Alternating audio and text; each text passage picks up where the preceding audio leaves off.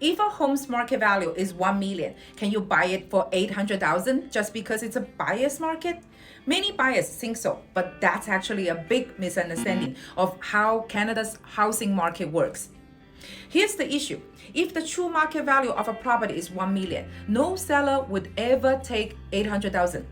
The only time you might see that happen is when the seller overpriced the listing. Say the home is really worth 800K, but they list it for at 1 million. Then yes, it might sell for 800K. But when the real market value is 1 million, offering 800K is simply impossible. In some countries, like the UK, there's no central system for listings or past sales.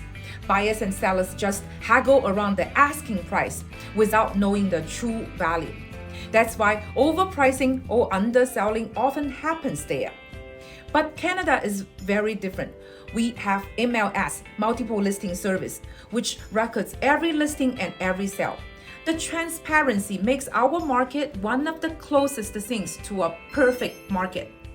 And here's what market value actually means in Canada.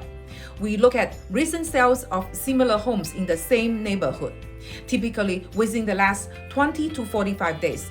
Then we adjust up or down based on the home's unique features like renovations, lot size, condition, or orientation.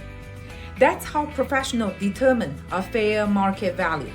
It's never just the asking price, and it's never just a random number pulled out of thin air.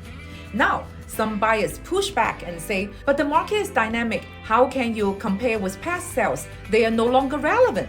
Yes, the market is dynamic. But besides looking at recent sales, what else can you rely on? We look at multiple transactions, not just one random sale.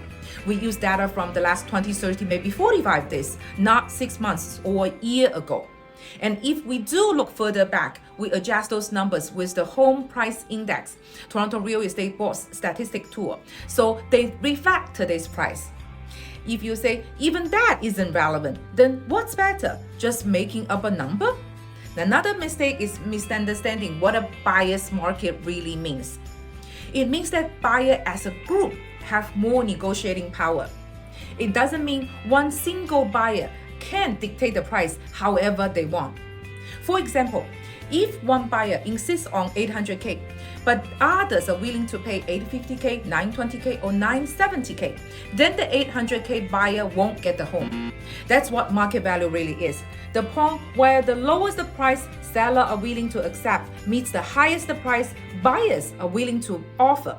It's not about one buyer's wish or one seller's wish. It's about the collective balance of both sides. If you're a first timer, whether buying, selling, or moving up, real estate can feel overwhelming. But you don't have to figure it out all by yourself.